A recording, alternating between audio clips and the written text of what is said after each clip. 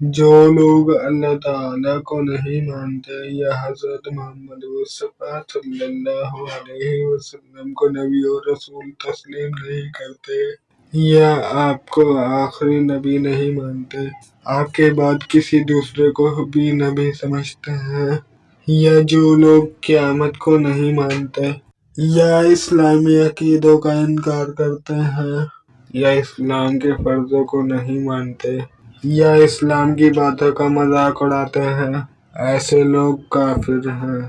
اور جو لوگ اللہ کے علاوہ کسی کی عبادت کرتے ہیں، جیسے ہندو لوگ بتوں کو پوجتے ہیں، یا جو لوگ اللہ کے لیے اولاد مانتے ہیں، جیسے عیسائی حضرت عیسیٰ علیہ السلام کو اللہ کا بیٹا بتاتے ہیں، ایسے لوگ مشرک ہیں۔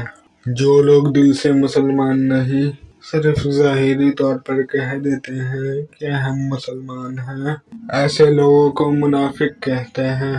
کافر، مشرک اور منافق کی کبھی بخشش نہ ہوگی، اور یہ لوگ ہمیشہ دوزخ کے عذاب میں رہیں گے۔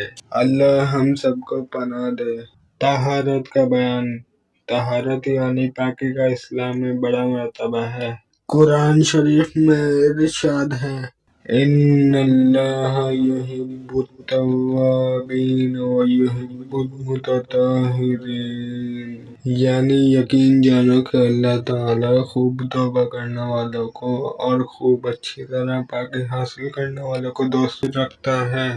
نماز صحیح ہونے کے لیے بدن، کپڑے اور جائے نماز کا پاک ہونا اور باوضو ہونا شرط ہے۔ حدیث: فرمایا آقا دو جہاں صلی اللہ علیہ وسلم نے کہ کوئی نماز بغیر پاکی کے قبول نہیں ہوتی، اور کوئی صدقہ حرام مال سے قبول نہیں ہوتا۔